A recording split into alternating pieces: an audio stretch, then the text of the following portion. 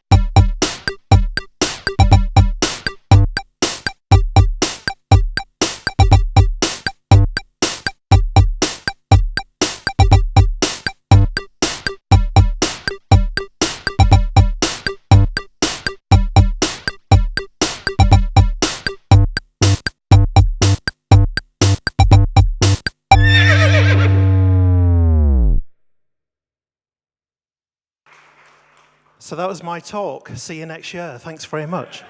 Only joking. That's me on the left, and that's my sister Fiona on the other side of the pony, which is between the two of us. I'll tell you about that picture a bit later on and how it happened and why.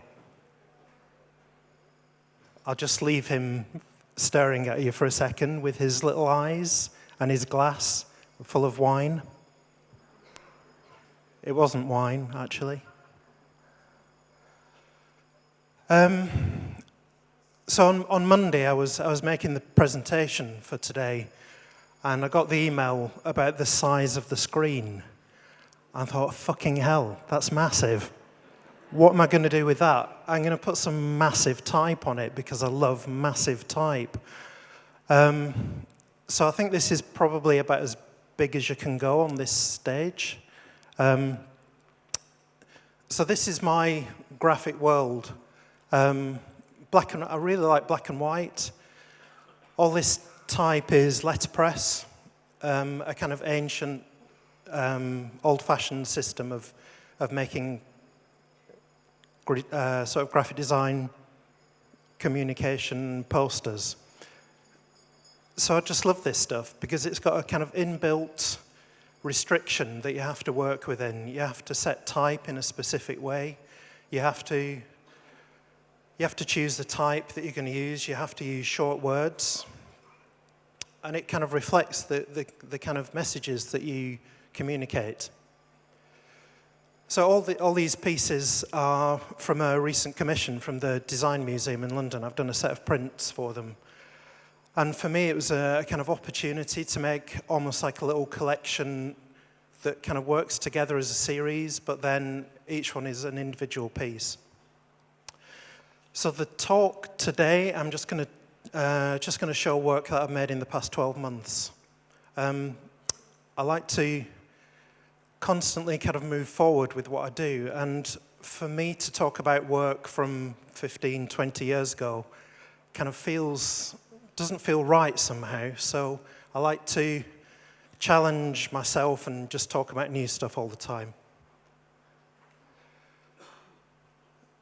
So all these kind of ideas and phrases and words are kind of part of an ongoing series of work that a bit like Tim was talking about last night, having your own voice, putting your own voice out there and kind of communicating your message and not necessarily using other people's words.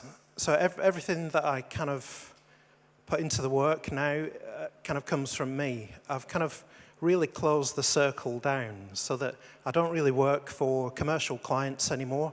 I don't work for brands anymore. I've kind of turned into an artist now, but with roots in kind of visual communication and graphic design.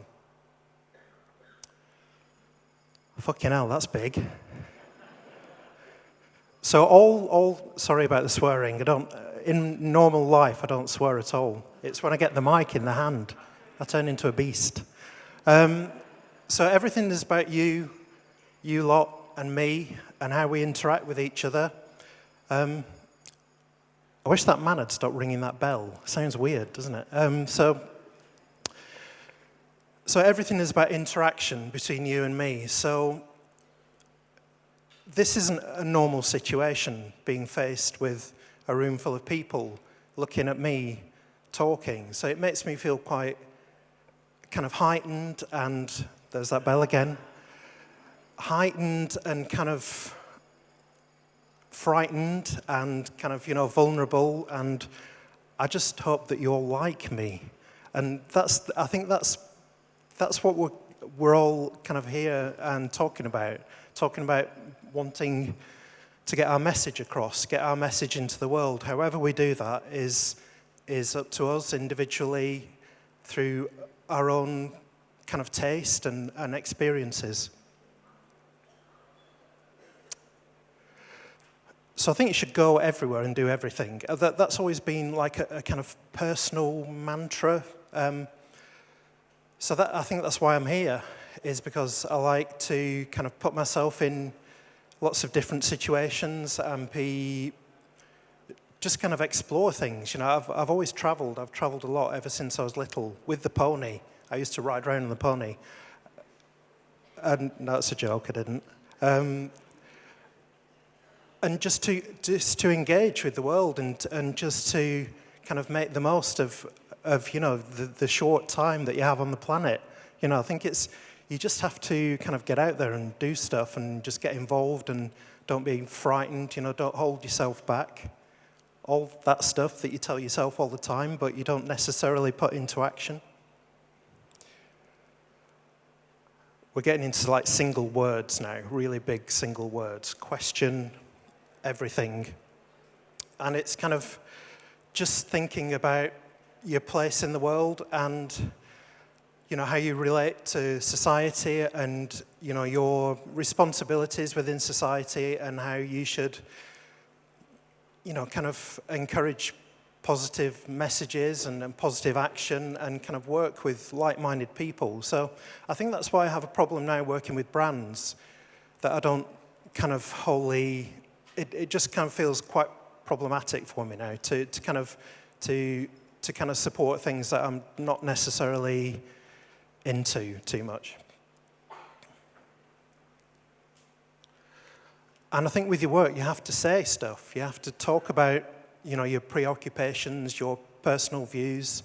I thought Tim's talk yesterday was amazing, and the way that he talks about his personal experience. And I think we all have to put that into our work. I think you have to be connected to what it is that you're doing. And you have to like stuff, and you have to be curious. Was that okay? You told me I had to say curious at least once during the talk. So it's in the contract. And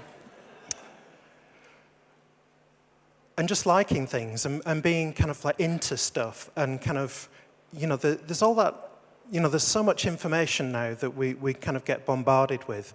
It's just navigating your way through that stuff and finding things that you're interested in and things that you feel connected to. And I think with all that stuff, you have to kind of look at what kind of got you into art and creativity in the first place when you were a child, kind of like playing with colours and shapes and all that stuff. And that's essentially what I still do, really. This is my favourite word, followed by okay. And it's that kind of positive, kind of like, just forget about the kind of boundaries that you kind of build around yourself and, give yourself permission to do stuff. And you know, don't be afraid. It's like all those kind of cliches that we kind of bang on about, but are, you know, really kind of valuable and truthful, and it's stuff that you just have to get on and do it, really. So I make posters, letterpress posters, obviously not this big in real life. I wish they were, but you can't really print things that big on a 100-year-old press. So I make these posters. It's part of a kind of ongoing series, really, that I've been doing for the past 10, 15 years. And it's part of the idea is about repetition as well, about kind of the printed things. They're not in limited editions. Everything I do is in, well, most prints that I do are in open editions, so that they kind of feel inclusive and they're affordable, mostly to most people, hopefully. And if you email me very nicely, I might send you a free one, because I'm a bit of a pushover in that way. Don't all email, please. I work with my wife, Emma, and we keep things very simple. People order the prints through the website, and we write out the address label by hand, roll the print up into a tube, go to the post office, and post it off. And it's just that lovely connection that you have with your physical work being passed on to other people. So this is my best-known piece of work, Work Hard and Be Nice to People. So I did this in 2004, and I've been printing it ever since. So I love looking up myself on the internet and searching hashtag Anthony Burrill. It's one of my favourite hobbies. I do it most weekends. And these are pictures. I started a new Instagram account, a.b.archive. It was a Saturday evening. I was bored. There was nothing on TV, so I thought, I'm going to make this account and collect images, and it became an obsession. I'm still obsessed with it. And it's just finding the posters in lots of different places, kind of in being used by different people, and kind of it's my kind of message going out into the world, and it's incredibly satisfying when you see that people have taken up this message and hopefully been a bit nicer to everyone else. So yeah, there are hundreds of these. And it almost feels like it's the same print, but just photographed in lots of different ways, in lots of different places. I haven't included the ones that are badly framed. That's one of my things that I hate most, is when people get it and they cut them down to fit into IKEA frames, because they're not a standard size. I hate that with a passion. So yeah, I expect lots of new followers on that Instagram account. And if you've got a poster like this, you can take a photograph of it and send it to me, unless it's a rip-off version, in which case I'm not going to post it, thanks. There are literally thousands of rip-off versions of it. And I used to get a bit mad about that, but I've managed to, get over that. And I still get mad about it.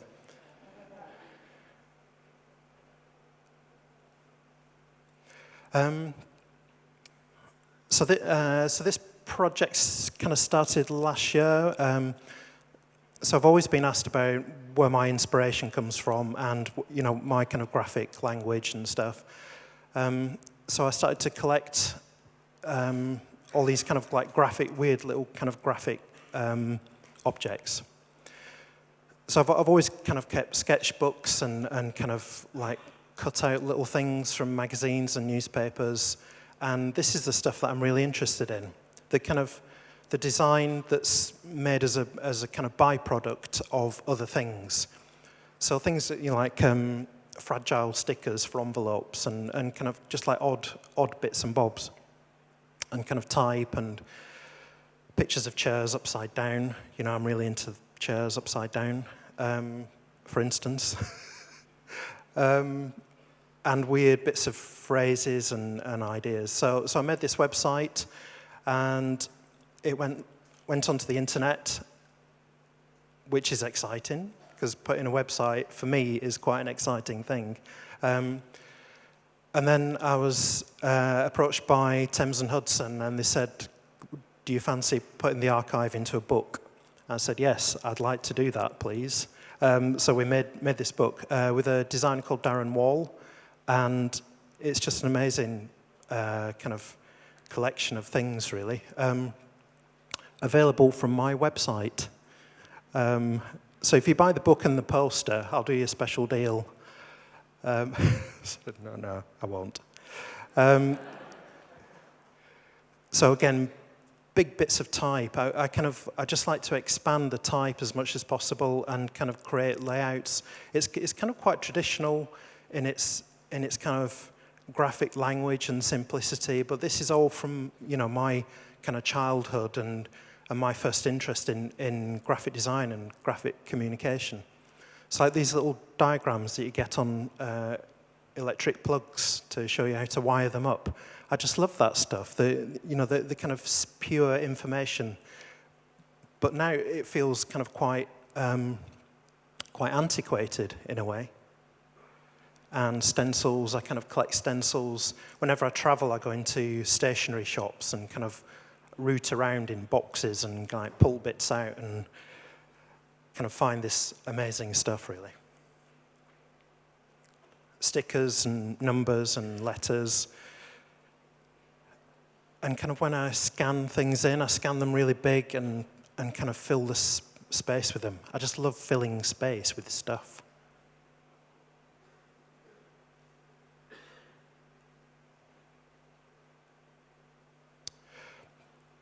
So so as well as the kind of stuff that I do, kind of self-generated projects, posters, prints, and books and exhibitions and things. I worked with Oxfam this year on the campaign for the summer music festivals. So the message was about recycling, reusing, particularly targeted against fast fashion and the problems associated with that, kind of the cost to the environment and the way that it's not sustainable, really. The way that we kind of constantly buying clothes and kind of throwing them away and kind of it's a big problem. So in order to kind of communicate this idea, we screen printed onto kind of used T-shirts. So we started off by making a little print workshop at Glastonbury Festival. Glastonbury is a huge festival, like 300,000 people. It's kind of a crazy event. And to be there with Oxfam and to be kind of part of the whole kind of experience was amazing, really. And it kind of felt worthwhile. And I think for me, it kind of, when I work on projects like this, it kind of makes me feel like I'm actually contributing and doing something and not just kind of producing, graphic design just for other graphic designers. So we made a little print workshop in a gallery I work with in London called Jealous. So we kind of brought the whole idea from Glastonbury back to the gallery space, and we're printing on T-shirts and kind of just creating a kind of connection with people and getting them to sign up to not buy any new clothes during September. So the whole title of it was Second-Hand September. Say yes to second-hand. So as well as the installation, we made this film that was shown on the big screens at Glastonbury on the Pyramid stage, and seeing the work up there and kind of reaching all these people was a big thrill. So can you make sure the music's nice and loud for this bit, please?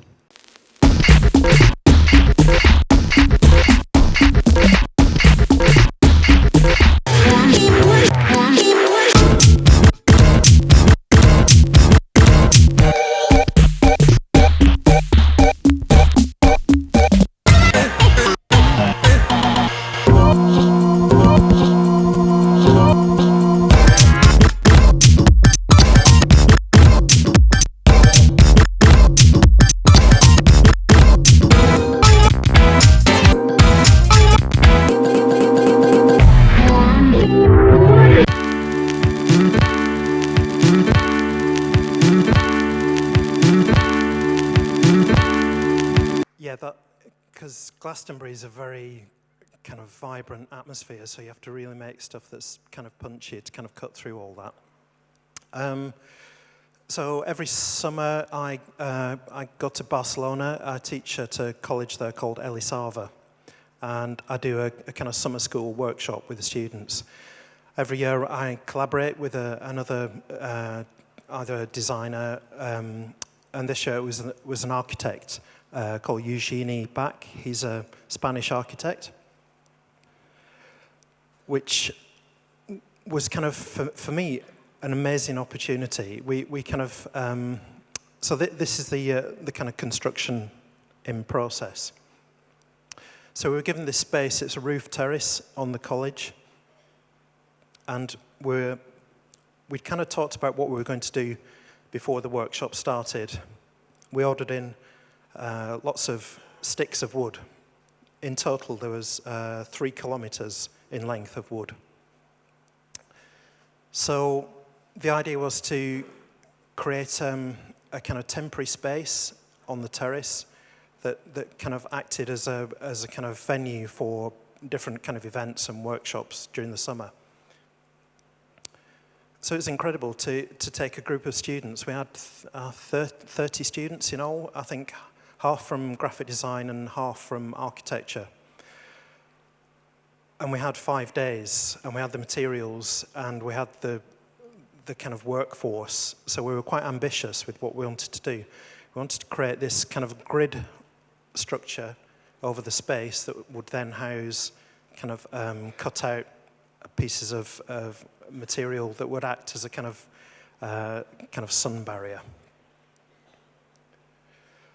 So it's incredible to see all the students actually working with their hands. I think the problem with design education is that it's kind of, there's lots of screen-based work, and there's very little kind of like physical making work, kind of painting and cutting.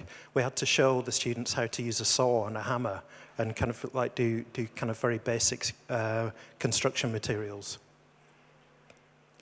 So this was the work in progress on the terrace. You can see the structure kind of growing. So it was incredible to see how the students kind of started off working individually and in little groups, and then kind of coming together as a kind of big team. And you'll see in this process, you'll see how the students, it's almost like a kind of choreographed performance piece. So they're taking up these kind of, these grid panels. You see all the students kind of hanging around at the back, smoking and drinking lager. They're so lazy. But there was a kind of group who really kind of got kind of stuck into the workshop and helped kind of create this amazing space. So for me, this is still visual communication. This is still making work that kind of connects with people. And I think by the end of the week, the group had kind of really joined together to create this kind of single structure. It was amazing, really. And because we used a very small palette of materials, just wood and MDF, it kind of gave it a sort of cohesive look. So this is it when it was finished, and it had kind of turned back into a kind of social area. It was amazing, really. We had a little party at the end that was shut down by the police. And these are all the kind of cut-out panels in the roof space. So I think as a kind of temporary structure, it kind of gave the space a different kind of feel.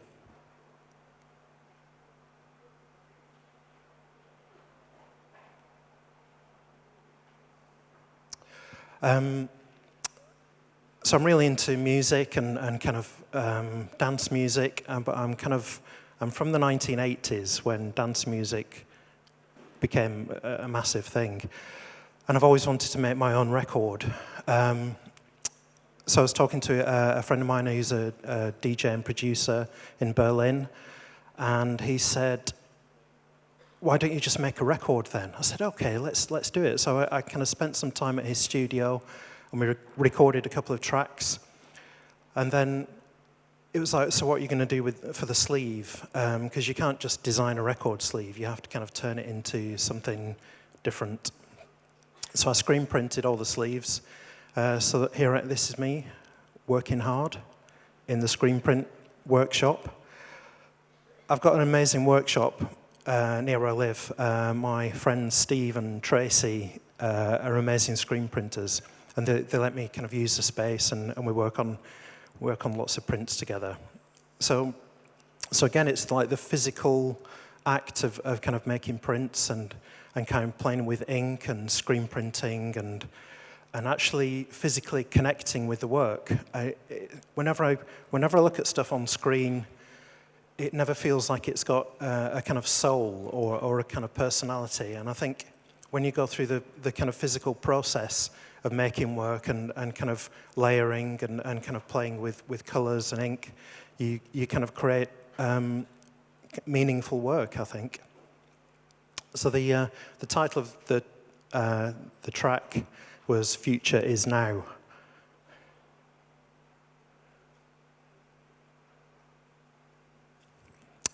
You see the kind of lovely print quality on there.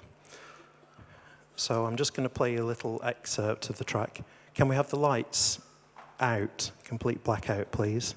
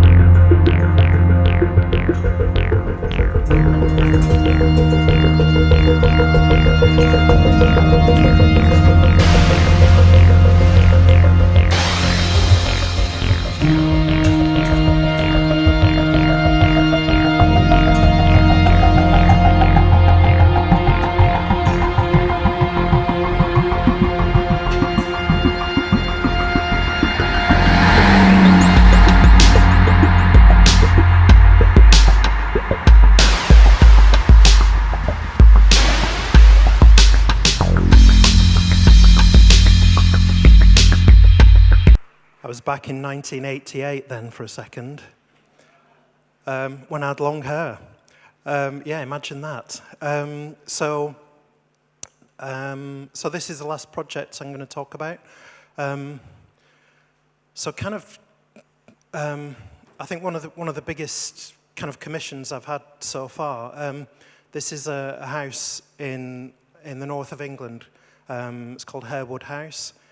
And it's a kind of Regency mansion It's just incredible, the scale of it. It's in a huge parkland, and it's kind of the epitome of a part of British history that is just incredible and kind of breathtaking, really. It's like this, the whole landscape was kind of designed to kind of work with the garden. It was designed to be impressive and to kind of display wealth. Most of the wealth came through the slave trade, which is very difficult to kind of deal with. And in a way, it's part of history, and it's these things that you have to kind of deal with in work. So the interior is kind of full of the most amazing craftsmanship. It's completely intact from the Regency period. So this is amazing furniture by Chippendale, and kind of designs by Robert Adam, all this plasterwork. So the whole place is incredible. And you get views out into the landscape, and it actually feels quite homely and kind of welcoming in a strange way. So I made 2 pieces for the exhibition. The exhibition was called Useful, Beautiful, Why Craft Matters. And it was a survey of contemporary makers. So there were ceramicists, glass makers, furniture makers, fabrics, and me. So this was the piece. So this is in the entrance hall. So the interior is by Robert Adam, and the sculpture in the middle is by Jacob Epstein. And the sculpture is also called Adam. And I print my work at a place called Adams of Rye. So there's lots of Adams in there. It was quite just like one of those weird kind of connections between things. So on the left are some large letterpress blocks that we made, the maximum size we could print. And on the right are the letterpress prints that were produced. So it's almost like a kind of mirror image and a reflection of the print process. The whole house is very symmetrical, so I was working with that. And you can see it from the side. I don't know if you can make out, but in the sculpture in the middle, Adam is kind of leaning back like this, and he's got the most enormous cock and balls. It's quite staggering, really. So everyone kind of walks in and sees this sculpture, and is kind of, it's quite mesmerizing to look at. This is the installation from the rear, so you can kind of see the incredible space. And I was also asked to kind of make a piece for the outside, so I did a kind of giant, kind of scaled up poster, basically, that was on a kind of tall scaffolding structure that was bang in the middle of the house. So 2 kind of interventions in the space. And we made a little film kind of documenting it.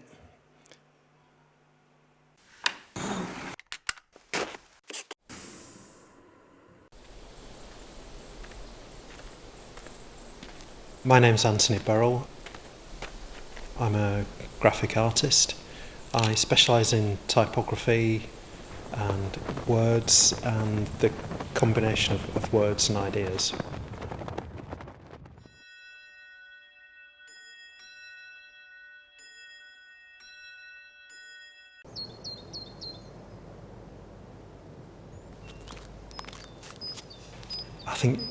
I think what I do most is just observe things. I'll take photographs as well, but they're just reminders of how I think I connected emotionally to the place. I was commissioned by Harewood to produce 2 pieces of work. One of them's a 6-metre high tower, and the second piece is an installation that sits in the entrance hall. When you first see the building, the way that the stones kind of interlock and the level of craft that's within the building, it just set my imagination going, really. The ideas came fairly quickly. Thinking about the geometry and the symmetry of the building, A place like Harewood, what is its place today? Should they be pristine environments, or should they be kind of challenged in a way by contemporary ideas? I use traditional techniques to produce the work. The letterpress typefaces that I use are from over 100 years ago. Those letter forms, they were originally created to produce advertising and kind of very bold, simple designs. I worked with Thomas Mayo to produce the large woodblock characters. He works with a laser cutter, which is, it's a modern piece of technology, but to kind of replicate traditional wood letters.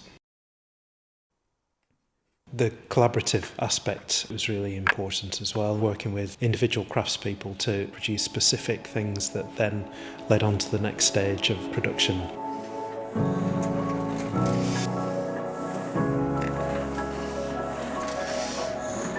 I think my favourite part of the project was the printing. Seeing the wood being inked and then pressed and coming out of the press, smelling of ink, having a smudgy quality, at the same time very precise. In a way, a kind of ridiculously huge amount of work to produce something that turns out to be very simple.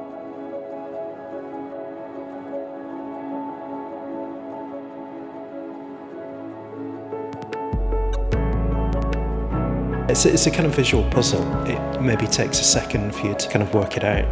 The tower, it feels like it's just appeared there, Is it part of a construction? It's a very large object, so obviously it's going to change people's perceptions of the house, and it's going to start the dialogue that hopefully is further addressed in the exhibition.